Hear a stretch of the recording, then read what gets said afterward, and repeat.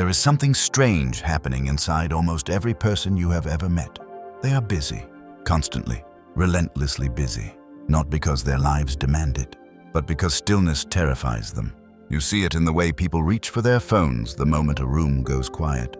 You see it in the drinking, the scrolling, the overworking, the endless stream of plans and noise and distraction. People are running, not towards something, away from something. And what they are running from is not the world outside. It is themselves. Most people believe their restlessness is caused by external circumstances. They think they are anxious because of their job, their relationships, their finances. They think if they could just solve the right problem, fix the right situation, they would finally feel at peace. But there is a deeper truth hiding beneath all of that. And it is one of the most uncomfortable realizations a person can arrive at. The chaos outside is almost always a reflection of the chaos inside. And the moment you stop running from that, the moment you turn around and face what you have been avoiding, something profound begins to shift. Not instantly, not dramatically, but quietly and completely. Think about the last time you were truly alone with your own thoughts. Not distracted, not scrolling, not listening to something in the background. Just you and silence, and whatever surfaces when there is nothing left to hide behind. For most people, that experience is deeply uncomfortable. The mind begins to race. Old regrets resurface. Unresolved questions start pressing in. A vague, nameless dread settles over everything. And so people fill the silence, immediately, instinctively, without even realizing they are doing it. This is not weakness. It is not laziness. It is one of the most deeply human things there is, this tendency to escape ourselves. We build elaborate lives around the art of not having to sit with who we actually are. We curate identities for others. We stay in relationships we have outgrown because the alternative is confronting our own emptiness. We pursue goals not because they genuinely excite us, but because the pursuit itself keeps the questions at bay. And here is the tragedy buried inside all of that. The very things we are avoiding are the things that hold the answers. The loneliness we are running from is pointing us somewhere. The anger we suppress is carrying information we need.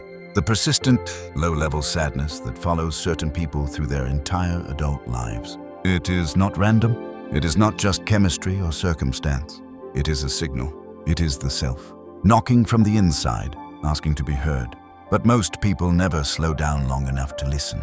Carl Jung, the great Swiss psychologist, spent much of his life studying what he called the shadow. He believed that every human being carries within them a hidden part of themselves. The rejected qualities, the buried emotions, the parts of the self deemed unacceptable by family, society, or circumstance. And his central insight was this: whatever you refuse to face in yourself does not disappear. It goes underground. It shapes your behavior from below the surface. It expresses itself in your fears, your reactions, your patterns of self-sabotage, without you ever realizing it is there. Jung called this process projection. When we cannot acknowledge something in ourselves, we see it in others. The person who cannot admit their own anger is endlessly bothered by aggression in strangers. The person who cannot face their own dishonesty is preoccupied with the deception of others. We turn our inner life into a kind of theater, and we watch it play out on the people around us, never quite recognizing that we wrote the script. But the escape runs even deeper than psychology alone. Søren Kierkegaard, the Danish philosopher often called the father of existentialism, identified something he called the despair of not being oneself. He argued that most human suffering does not come from tragedy or loss. It comes from the slow, daily choice to be someone other than who you truly are, to wear the mask so long that you forget there was ever a face beneath it, to perform a version of yourself for the world until the performance becomes your entire life. Kierkegaard believed this was the most common form of human despair, and the cruelest thing about it is that it is invisible. The person suffering from it rarely names it as despair. They call it busyness. They call it responsibility. They call it ambition. Viktor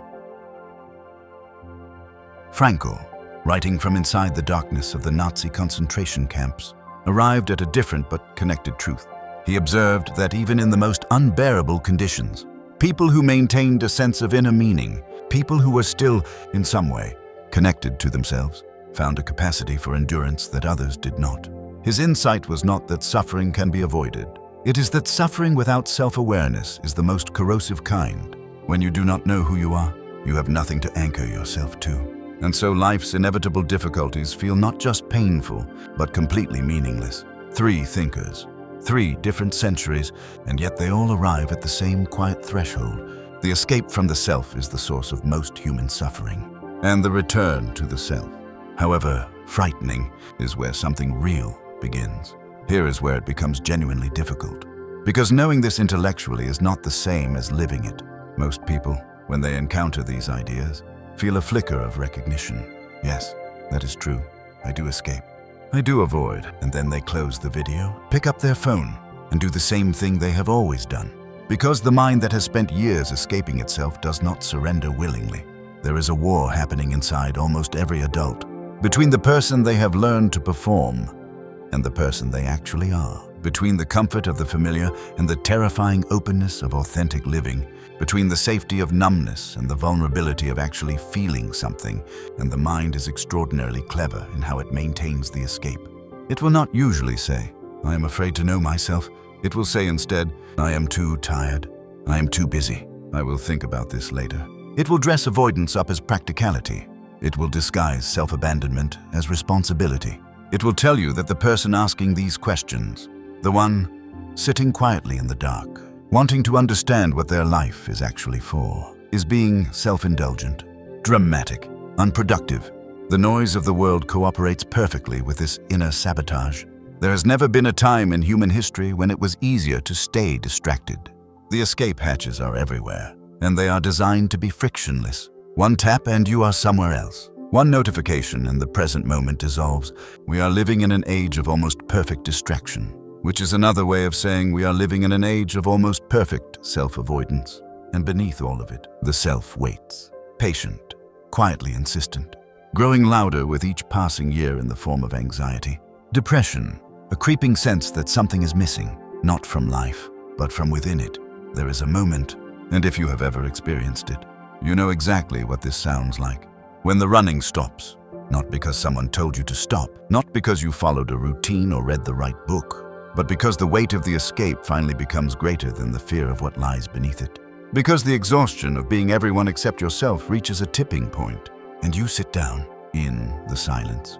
And instead of reaching for something, you just stay, and something unexpected happens in that moment. The things you were afraid to feel do not destroy you. The thoughts you were afraid to think do not consume you. The self you spent years avoiding turns out to be quieter than you expected, more familiar, more honest, more whole. This is the shift that most people do not see coming. They imagine that facing themselves will be catastrophic. They imagine a reckoning, a collapse, a flood of darkness they will not survive. But what they find, more often, is something far simpler and far more disorienting. Themselves, waiting, having always been there. The anxiety that felt so formless and external suddenly has a specific shape. This fear is about belonging. That sadness is about a loss I never properly grieved. This restlessness is not about my circumstances. It is about a part of myself I have been silencing for years. The suffering does not disappear in this moment, but it becomes legible. And a suffering you can read is fundamentally different from a suffering that is just noise. There is a concept in Jungian psychology called individuation, the lifelong process of becoming fully and honestly who you actually are. Jung believed this was the deepest calling of a human life, not to achieve a certain status or accumulate a certain number of experiences, but to become integrated, to know the whole of yourself, including the parts that are difficult, and to live from that knowledge. Individuation is not a destination. It is the willingness to keep turning toward yourself, even when it is uncomfortable, even when what you find is inconvenient, even when it requires you to change something you have built your entire identity around. What changes when a person stops escaping themselves is not always what you might expect. They do not suddenly become fearless. They do not achieve perfect clarity about every decision. What changes is something more subtle and more permanent. They begin to recognize the difference between a reaction and a response. They start to notice when they are acting from genuine desire versus when they are acting from fear dressed up as desire. They become, slowly and incompletely, the observer of their own patterns rather than simply their victim. The relationships in their life begin to shift. Not because other people change, but because the person stops needing others to fill the emptiness they have been refusing to face. There is a particular kind of loneliness that comes from being surrounded by people while remaining completely unknown, even to yourself. And when that internal estrangement begins to dissolve, something in the quality of connection changes. You become capable of being actually present, not performing presence, actually there, in the room, in the conversation, in the life you are living. This is not transformation in the dramatic, cinematic sense. It is quieter than that. It is the difference between moving through your life like a passenger and moving through it like someone who has accepted they are at the wheel. And perhaps most importantly, the future stops feeling like a place you're either racing toward or hiding from. It becomes simply the direction you are moving in, with honesty, with awareness, with the strange and sustaining dignity of someone who no longer needs to lie to themselves about who they are. So here is what I want to leave you with. The noise in your life, the relentless, never quite satisfying noise, is not evidence that the world is too much. It is evidence that the self beneath it has something to say and has not yet been given permission to say it. The discomfort you feel in stillness is not a sign that something is wrong with you. It is a sign that something real is present. Discomfort, when faced directly, is almost always a doorway. Avoided, it becomes a wall. And the life on the other side of self-knowledge is not a perfect life. It is not a life without pain or confusion or grief, but it is a life that is actually yours. A life built from the inside out, rather than assembled from other people's expectations, unexamined fears, and the relentless hum of distraction. Nietzsche once wrote that the secret of the greatest fruitfulness and the greatest enjoyment of existence is to live dangerously. I think what he meant was this: the most dangerous thing a person can do is not take risks in the world. It is take risks within themselves, to ask, honestly, who am I beneath the performance? What do I actually want? What have I been running from? And is it still worth running from? These are not easy questions, but they are the right ones. Maybe the real clarity you have been searching for was never hidden in a new situation, a new relationship, a new city, a new version of your life. Maybe it has been here all along, waiting just below the surface of the noise you have been so carefully maintaining. And maybe, just maybe, the most radical thing you could do is simply stop, breathe, and let yourself be found.